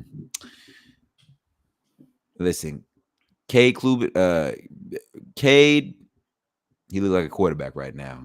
Dabo's rolling. I like Clemson. Red River rivalry time. One of my favorite games in all of college football. Texas versus Oklahoma. Texas back in at number 1. Oklahoma at number 18. Mm-hmm. They're playing, they play at the Cotton Bowl. What do you think? I want to pick Oklahoma, but I can't pick against Texas. Texas is the best team in the country. You about to do it? There's something about when these two teams get together as of recent. There's just a voodoo on. It's just a voodoo for the Sooners that they're able to pull away some of these close games. One of my dynasties are the Sooners, so this may be a little biased. Give me Oklahoma on the upset. I think it's going to get real chaotic. Number 4, Penn State versus Southern Cal. Who you got? Time for the Penn State upstate. We starting to believe in Penn State. You know what that means? Time for them to wet the bed. Give me SC. I actually like SC as well. SC lost that game last week versus Minnesota, and I think they're going to be playing at home. I think they're going to be re-energized. I actually like Southern Cal in this one as well. One of the better SEC East rivalries. I know there's no divisions, but one of the better SEC East rivalry games. Florida versus number 8 Tennessee. Do you got Tennessee bouncing back this week? I got Tennessee beating the piss out of Florida. Yeah, they're playing in Knoxville. I like the Volunteers. And there's too many real life things happening to the state of Florida. Like if they aren't really focused, I would not blame them. Mm-hmm. Number 9 Ole Miss versus number 13 LSU in Baton Rouge. Who do you trust more, Lane Kiffin or Brian Kelly? Listen, these are two really good offenses. I think Jackson Dart might be the second best QB in America behind Shedeur Sanders. I like the Rebels on the road. Me too. And I trust Lane Kiffin more than I trust Brian Kelly.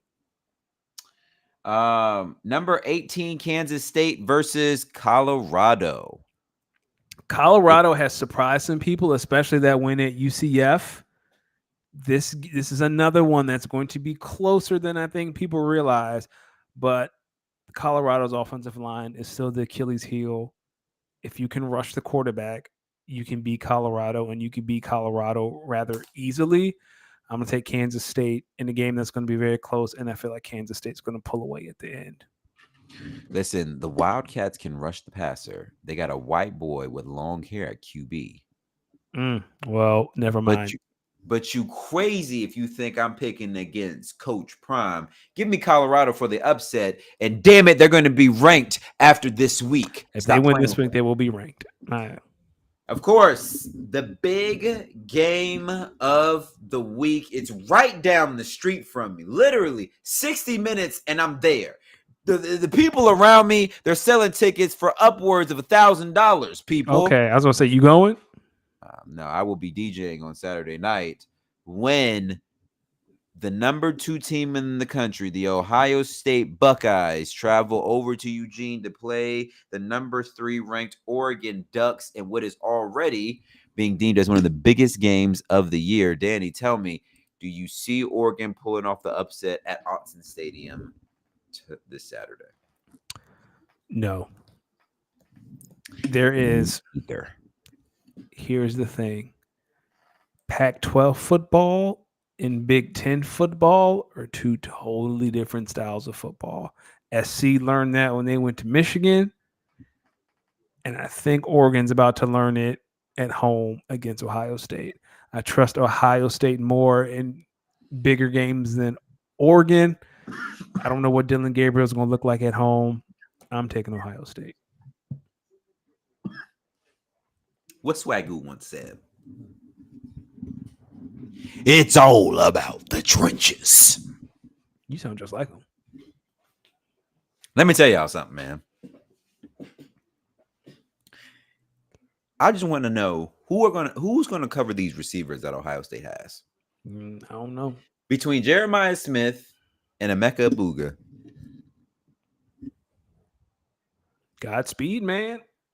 Brother, Jeremiah Smith making some of these catches. I'm like, all right, dog, chill out, man. Chill out. Because he's a freshman, right? Freshman. Fresh off Dog, the boat. you got 2 more years before you can go to the league. Chill out. He 1 year older than my baby brother. That's crazy. Yeah, you know what's funny? Like when I watch football now, and it's like, oh, he's 32. He's the oldest corner in the league. And it's like, Jesus. Yeah, so you looking at yourself like, what? I'm old. I am washed. I am big time washed. Going back to Atlanta, Bad Blood was this weekend. Let's run through some results and get overall thoughts at the end. CM Punk beats Drew McIntyre in what was a 10 out of 10 beatdown of two bloody men.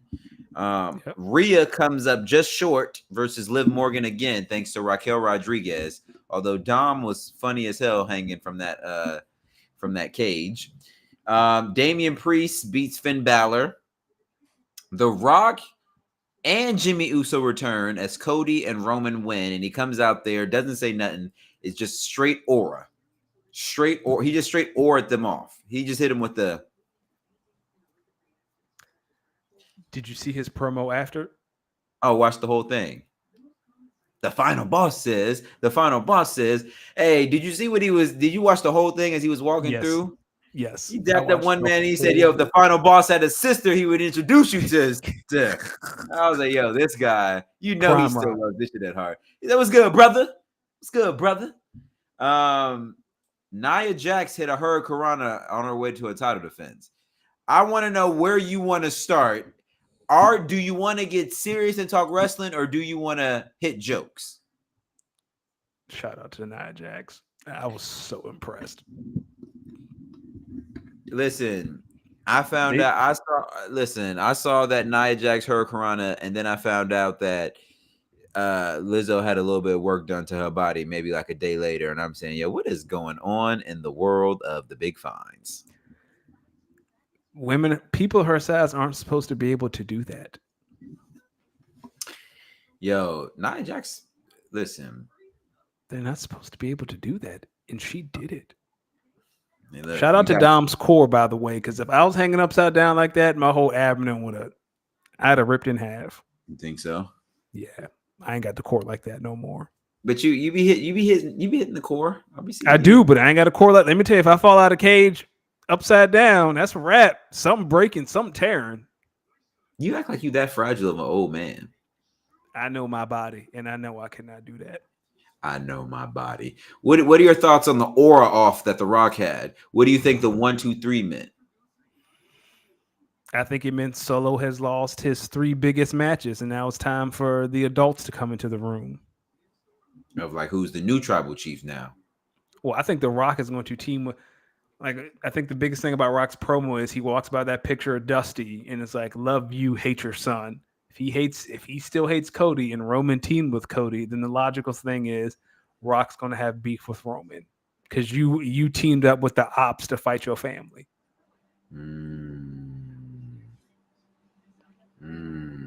You think that's how he's going to flip it? He has to. That's the only thing that makes sense. Because he said, well, I didn't get a call from the final boss. I didn't get a call from the original tribal chief. The final boss never got a call from the original tribal chief about how to deal with this annoying yada, yada, yada Solo Sikoa. You got to keep this in house. You don't bring outsiders in. I promise you, he's gonna say that. You don't bring outsiders in the family business. See, where do you see this playing out? Survivor Series. Oh, this has only problem is how do you get Jey Uso in the mix? Yeah, Intercontinental Championship. I think Solo's going to cost him the belt, which is going to bring him in. Yeah, I think that's that's how I think that's how it's gonna get played too. Did you see the heel turn? Kevin Owens. Kevin Owens, genius. Like shout out to Triple H, man. That was like, funny. That was funny. You know was genius. In a way, they're preluding what The Rock maybe and Roman Reigns. So in a way, they might do some shit like reverse psychology. It they seed the Kevin Owens and Cody Rhodes plant talk to then have The Rock and Roman do the opposite. Interesting. Because remember, the original New Solo Sikoa crew is 4, right? Yeah, 4-on-4. Jimmy Uso, Jey Uso, Roman Reigns, The Rock. I would be down for that. I would rather see Rock and Roman more, though. You know what I'm saying? Yeah, but that's WrestleMania. So now you got to think through, okay, how do we get to Rock and Roman at WrestleMania? Well, now you got to get something for Survivor Series. You got to get something for Rumble. And then in that space in between, you got to be able to build up to WrestleMania. Okay, so yeah, I got you. So Rock and Roman team up to get the new bloodline in line, and then Rock and Roman fight for the bloodline. I got you. Just my thoughts. Yo, Triple H, if you ever, brother, I've been watching Mr. McMahon on Netflix. Wow, boy. He did all that shit. Like, I'm on the Attitude episode. He did that shit. NBA preseason's underway. Nothing much more to say other than we finally saw LeBron James and Bronny James in an NBA game together for real this time. Beautiful. Can't wait to see it in regular season. Laker fans, you ain't got a lot to be hopeful for, but at least you can see that. That's crazy. Playoff baseball right now is going crazy. Yo, the real California beef is hilarious. They did all this beefing with Canada just to really beef over the Padres and the Dodgers.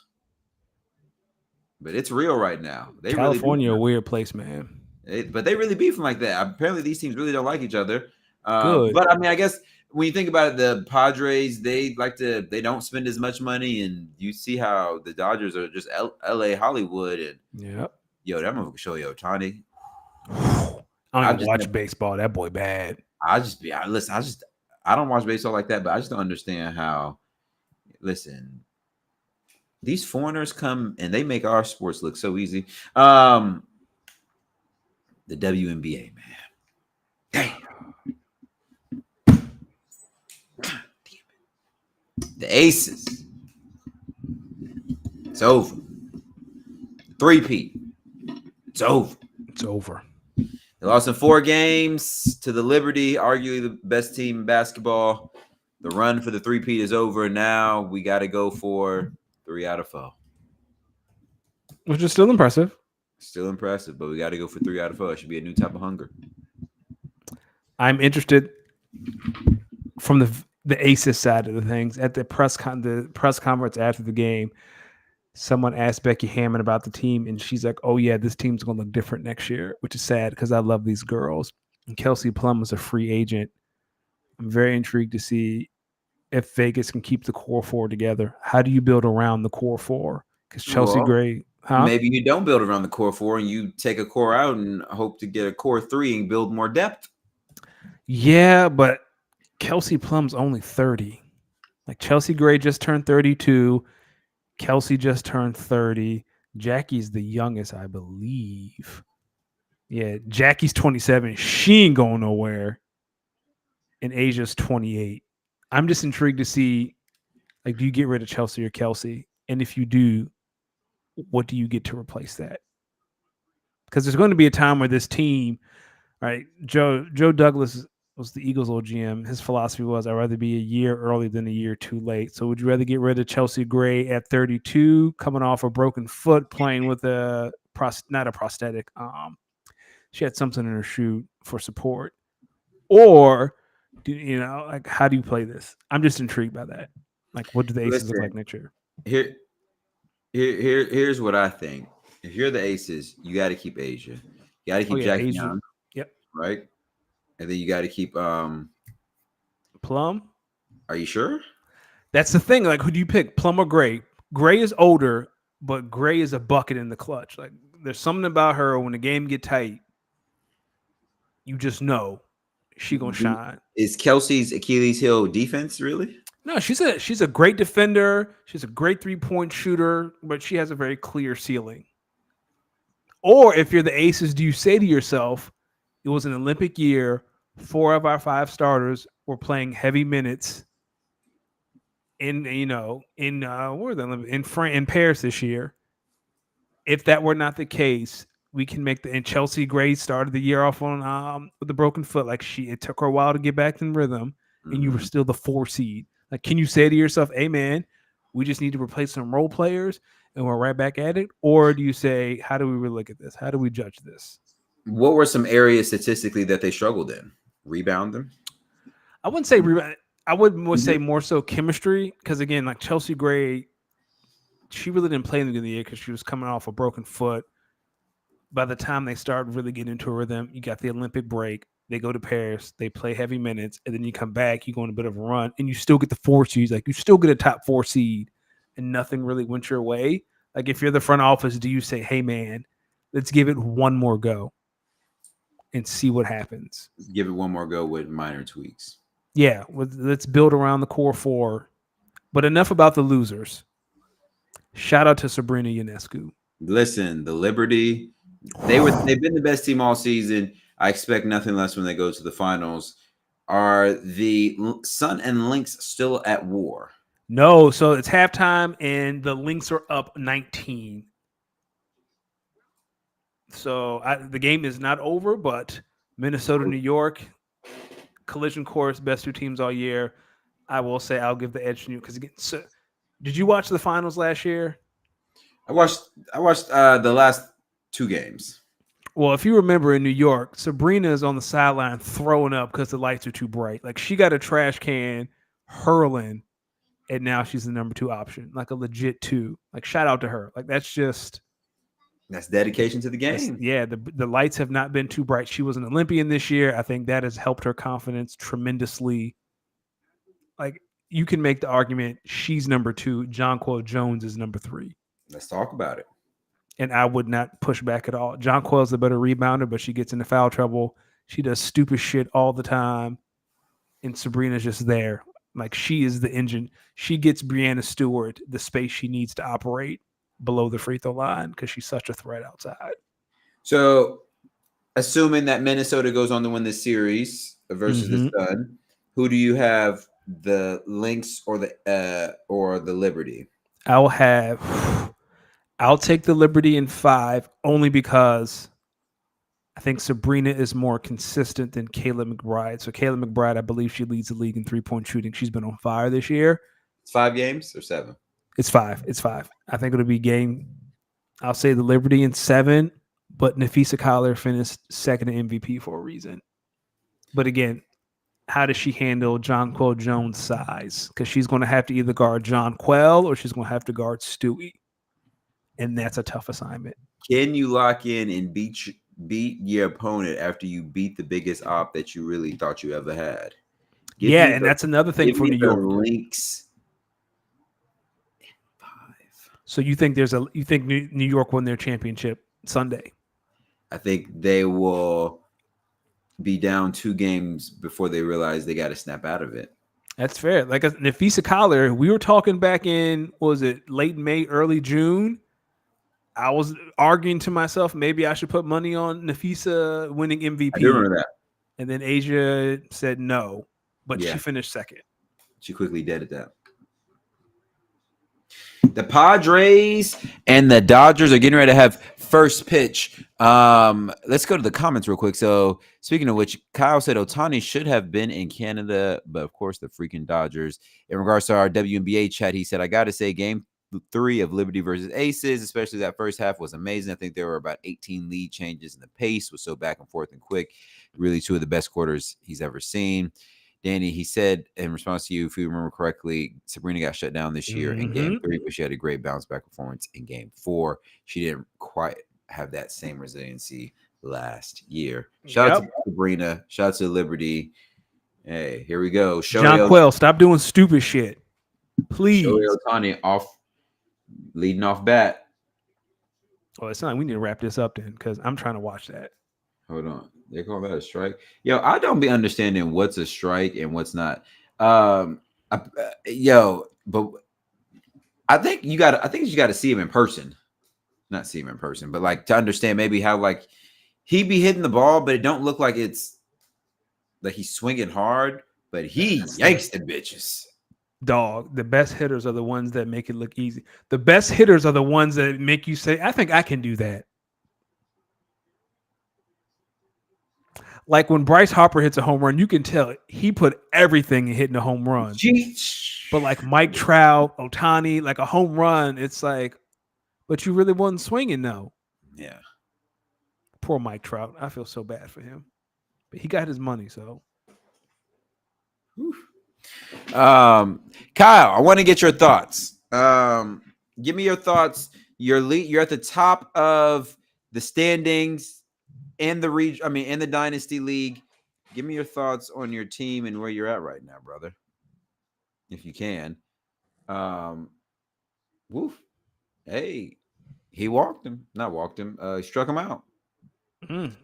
I can tell you the Las Vegas Horned Ducks, I think we've lost 2 in a row. No, we just lost 1 in a row. Listen, we go as Josh Allen goes. We need some help. Oh no, Mr. Big Stuff. You was out here popping off. Go ahead. No, I still feel good about it. What's going on is Dontavian Wicks is not who I need him to be. And Malik Neighbors was injured last year. So last week, I have to remember that. Cole Kmet, I wish I can get some more productivity out of him. But Josh Allen right now too, as well. I don't know, but I still like this team. I still think this team is capable of making that playoff push and getting us back to the postseason after last year. Okay. Now, Ronald Isley's tax returns. I don't know why you're talking. You've only scored less than a full point more than me with your team. Half of my team was on a bye last week. Legitimately. I'm talking about points. I'm talking about points for. Your points for is only half a point higher than mine. Yeah, and that's with half my team on a bye last week. Oh, please. All right, man. All right.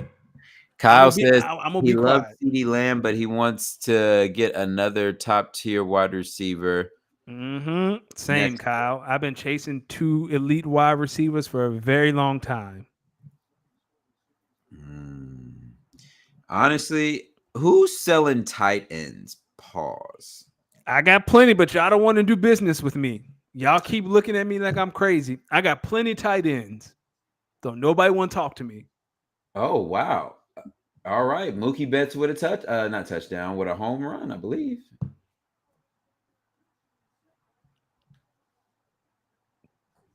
Yep, Mookie Betts, home run. All right, let's talk, because I'm in the market for a tight end. I don't know if Cole Kmet's going to do it. You have Dalton Kincaid, Dallas Goedert, Dalton Schultz, Okongwu. Might be interested in trading for.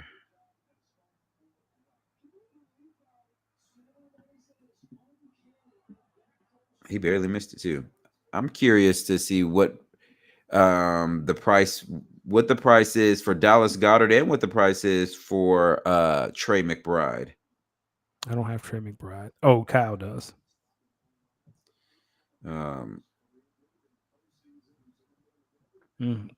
Price of Dallas Goedert gone up a little bit. Listen, but I have a couple of 3rd-round picks in next year's draft. Not interested in that. I also have some wide receivers. You have a 2nd-round pick in this year's draft. Nah, that's not going anywhere. I also got some younger. I have a younger wide receiver room. If anyone is interested in maybe taking a chance on a younger wide receiver that what I mean, that you think has potential down the road, a Duntavian Wicks, Javon Baker, Jermaine Burton, Roman Wilson, Troy Franklin, Tajay Spears could maybe get dealt for the right price. Okay, but I have Tony Pollard, so Devon A-Chain is still on my team. I'm not trading back for Devon A-Chain.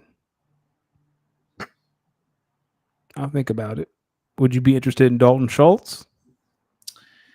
No, not really. So just Dallas Goedert's all, because Dalton Kincaid is not going anywhere. Yeah, I don't want Dalton Kincaid. That's fair. Kyle, you know what I mean, for Trey McBride.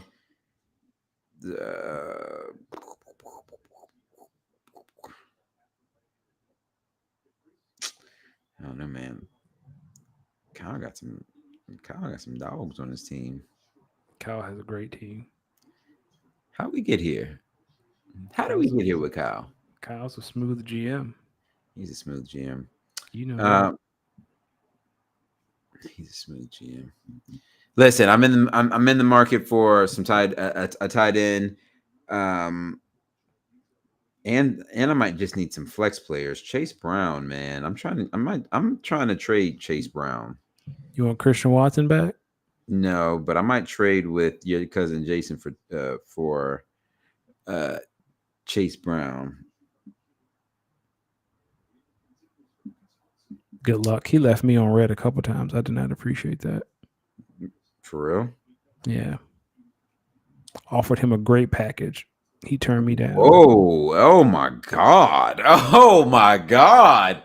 Hey, yo. I'm sorry. Do you want to hear this trade I offered him that he said no to? All right, talk to me. I offered him Dallas Goedert and his second round pick, giving it back to him next year for Josh Jacobs. And he told me no. Dallas Goedert for who? Dallas Goedert and Jason's. I have his second round pick next year. I was going to give him his second round pick back in Dallas Goedert for Josh Jacobs. And he told me no. Is that a bad trade? Is that a bad offer? Because y'all always accuse me for being a shitty trader. Is that a bad offer? Okay, say it one more time. I would get Josh Jacobs. I would have gotten Josh Jacobs. He would have gotten Dallas Goedert in his second round pick next year because I have his second round pick. I was going to give him his second round pick back. He told you no? He told me no and then came back and said he'd give me Josh Jacobs for my first round pick next year. That is Josh Jacobs worth a first round pick next year? No, he is not. You sure? I thought I made a very fair deal and he turned it down.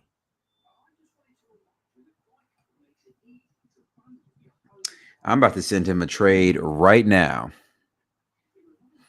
Kyle, you would say that's not a great offer, Dallas Goedert in a second for Josh Jacobs? I might have thrown in another second round pick. But when he came back with that first round pick for Josh Jacobs, I said, nah, I'm good. I just sent him a trade offer right now, and I'm going to tag him. What's the offer? I don't know if I should say it right now. Because I feel like you might. Because if I say it, you're going to send him a trade too. I'm not sending that. I almost said the N-word. I ain't sending that mug nothing. But I'm trying to get a tight end from him. Okay. Well, whatever you ask, he going to try to gouge you. Y'all talk about me. Him and Greg be price gouging. Talk to me about Dallas Goedert. I mean, Dallas is what he is in that offense. Like I said, I am just intrigued to see what it looks like. Like, does this look at the Packers offense? What do you think of these IDPs in our league? Are you still a fan? How's your IDP been? I am a fan. And Kyle said he has 10 tight ends, but none of them are good. Yeah, he does have Njoku, Andrews, and Conklin, but they ain't doing nothing for him. But I get your point, and he okay. I hear ain't doing nothing for him, man. I hear you, Kyle. I got you. I like the IDPs. Like all it takes is I don't know. I kind of liked, and I know we're going to get rid of them, but I kind of like the strategy of thinking, okay, how can I get an edge in this? Right? Because most of the time, people just put in edge rushers as their IDPs, which isn't a bad idea if you have an elite pass rusher. Like I have TJ Watt and Nick Bosa, but I don't play both of them because, like, who makes the most plays on defense? Linebackers. True. Linebackers and safeties are your biggest playmakers on defense more times than not. Like who gets the most tackles in the game? It's most of the time it's a linebacker.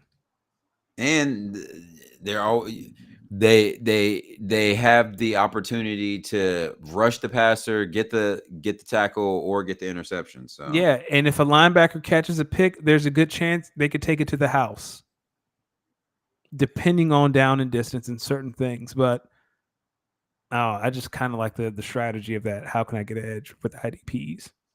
Anybody want Nick Bosa, by the way? Nobody want no damn Nick Bosa, man. All right, I'm just asking. Speaking of which, I'm currently trying to make some transactions right now for some IDPs. I'm about to pick up. Let me tell you something. The Las Vegas Horn Ducks are going to be in the postseason this year, and we are going to win. Okay. We are going to win, damn it. That's nice. All right, Danny, let the people know where to find you, man. We've had a great show. This is I love talking to you every Tuesday, man. You know that. It's my favorite time of the week. You can find me on the Bird app at Danny Ocean 41. You can find us Speak On It pod, Speak On It _pod, Twitter, Instagram, TikTok. D, where can the people find you, and where can we find your great mixes? Listen, you can find me at Los D Mix on, that's LOSDEEMIX on Instagram, Twitter, YouTube, SoundCloud, Mixcloud, Twitch. And you can just find me with your neighborhood Spider-Man because we're hanging. Listen, ladies and gentlemen, you could have been anywhere in the world, but you were here with us tonight. And let me tell you something. Did you know DaBaby dropped a new project recently, and it wasn't bad at all? Really? That's shocking. Wasn't bad at all, personally. Kyle, as usual, thank you for pulling up. Bam, thank you for pulling up. Akili, thank you for pulling up. To everyone who's been listening and always tagging us in tweets, we really appreciate it. And if you so happen to hear this and you're not able to, check us out when you hear this, just make sure you tag us in tweets saying you heard us. We love it. We see y'all. As usual, guys, you could have been anywhere in the world, but you were here with us tonight. We want to shout out the great folks over at the GoingFor2 Network. I've been kicked out of the group chat for a while now. I wonder if I can ever come back or That's a great question. Am I ever allowed back or no? Because I'll be having some fantasy questions. Well, the op is still in there. He still is? I think so. I'm not sure. I'm not sure. I don't know. It's muted, to be honest. Yo, can you go ahead? Just have me back in that mug. I don't know if I can. All right, just hit Jeff on the lobes. Like, yo, put Darius back in the chat. Okay. All right. Ladies and gentlemen, speak on the board.